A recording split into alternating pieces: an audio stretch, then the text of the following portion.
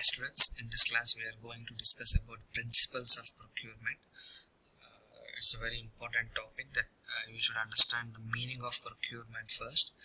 So the basic definition can be say that not technically, generally procurement means arranging all resources required to complete a task. So if you think that the task is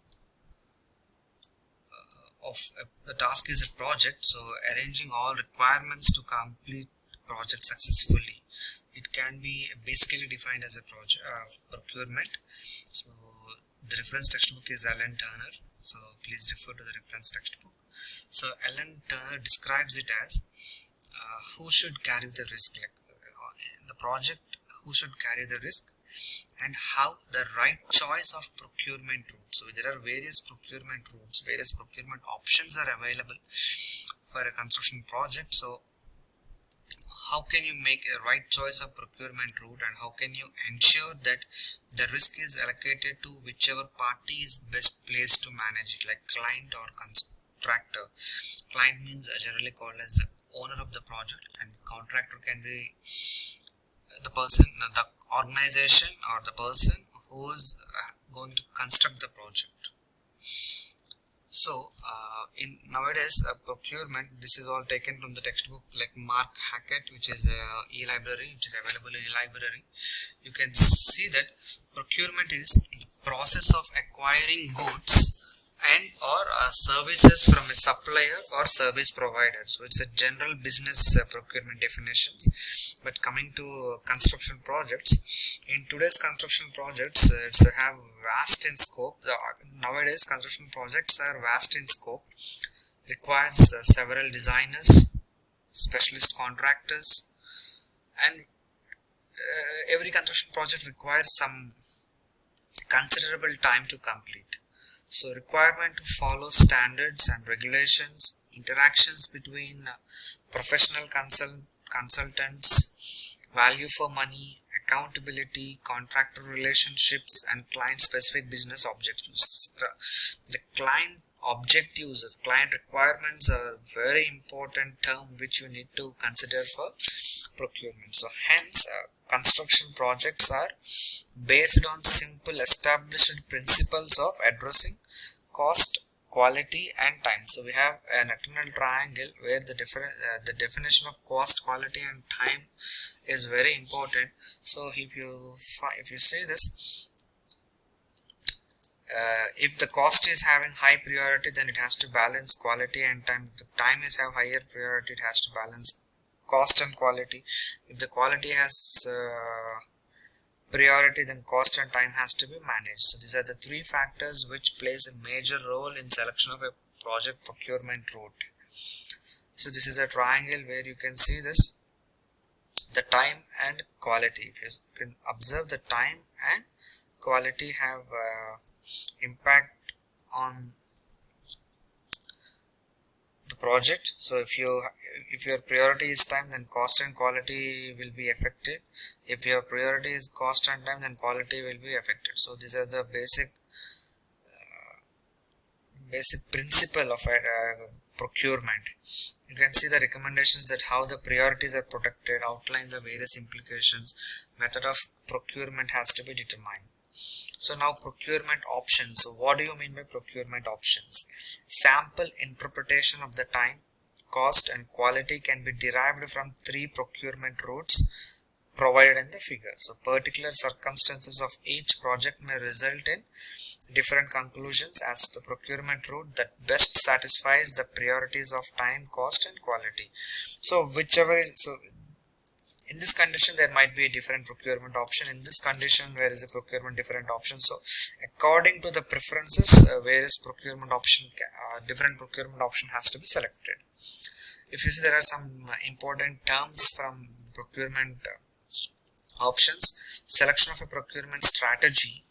It may depend on a detailed design process. There are three types of procurements. One is traditional procurement method, another one is design and build procurement, and the third one is management contracting will be discussed later. If it is a traditional procurement, the design is handled by a separate organization, whereas construction will be handled by separate organization. So design is separate, design and construction process are separated and handled by various organizations. Coming to design and build procurement, the name itself, one organization or one contractor will handle the responsibility of both the design and build. So each procurement has a different time, cost and quality scenario, so which was discussed here in the quality procurement triangle. So the selection of procurement strategy also recommends the type of construction contract, the type of tendering process. So everything have its own significance based on the procurement strategy. The selection of any particular form of contract is a secondary consideration to selecting a procurement route. The selected form of contract may require some administrative framework through which the procurement process can be achieved.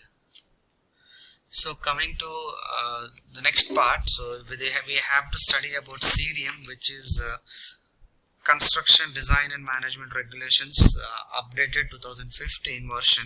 So this is very important one. So like this gives you a basic understanding of the roles and responsibilities of various clients. I'll show you CDM 2015. On the screen you can be able to see the CDM, which is Construction Design and Management Regulations 2015. So it is a guidelines provided by UK Health and Safety Executive. So which will give you, if you see the part 1, it will show the commencement, interpretation and applications. Here part 2 is very important. It clearly defines the client duties, the roles and responsibilities of client. And part 3 is very important for your coursework point of view also. And this is one major part of your learning outcome, health and safety duties and roles. Like what is the role of a designer, what is the role of client, and how in maintaining health and safety, what are their roles and responsibilities are clearly defined by CDM 2015. If you go to part 4, general requirements for all construction sites, like what is good order, site security, stability of structures, excavation, coffer times, everything is provided well in detail. And here if you see the schedule 2 is important for us, that minimum welfare facilities required for construction sites has to be mentioned, pre-construction information, the construction phase plan. So it works as a guide, it works as a guideline for civil engineers. Okay, so this is a very important part. So then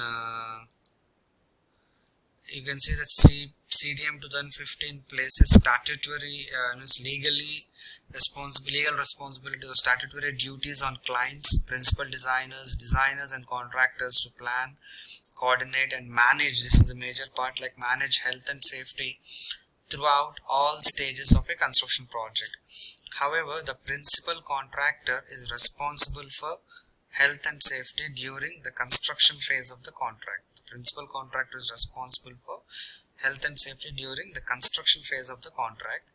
The extent of the roles and responsibilities of the contractor and employer respectively under CDM 2015 depends on the nature of each project, the makeup of the employer's organization and the employer's ability to undertake certain obligations. So this is a brief summary of it. So how the CDM can directly affect a procurement strategy. So the CDM defines the management of the project, nature of the project and information available, contractor selection procedure and his supply chain management, activities with high risk to health and safety, the employer's rules for site operations. These are all provided in CDM 2015. So it creates an indirect influence which may affect the procurement strategy. So coming to risk and accountability are the major aspects of this risk. Decisions on the allocation of risk between the employer and the contractor. So who's responsible and who is carrying risk in the project it's a fundamental effect on the choice of right tendering procedure and contractual agreement. Sometimes, like if the client might be responsible for any action, so he will take necessary action. Sometimes contractor should have given the total responsibility. The client will not get into any sort of risk and all. It's the contractor's responsibility to complete the project and submit it within respective time. So therefore, important to establish the client's attitude to risk at the earliest opportunity. So whether the client is ready to take the risk or he would like to put it on contractor side. So if the client is prepared to accept increased risk, the consultants will have much greater flexibility to devise an effective strategy based on non-traditional procedures. So that is the reason accountability. Decisions at an early stage may have significant effect on tendering procedures and contractual agreements. So at early stage, decisions are very significant for deciding on what type of tender process and contractual arrangements. It is therefore essential that client identifies the level of accountability, like how far client is accountable for the project, whether the client is going to be handle the accountability of the project or it's the contractor side. So these decisions has to be taken at the starting of the project. So all together will lead you to the decision of the procurement option or procurement route. Once the decision was made regarding with the procurement route fits the project, the process of entering into the construction contract may be broadly divided into three categories. One is deciding on type of contract, particular time, terms and conditions. Second one is selecting the contractor through tender process or direct selection or negotiations. What type of how are you going to selecting the contractor? Then establishing the contract price, how much the price of the project is going to be. So the choice must be made at an early stage, which will have effect of contract documentation. The traditional single stage competitive tendering, the type of contract, conditions and the price must be decided before the tenders are invited. If it is going to be a negotiated contract, the decision can be delayed until the contractor is about to be appointed. So then if it is a negotiated contract, there is no need of tendering process. So there are two types of basic contracts. You have to decide on which method of contract you are going to follow for this procurement strategy.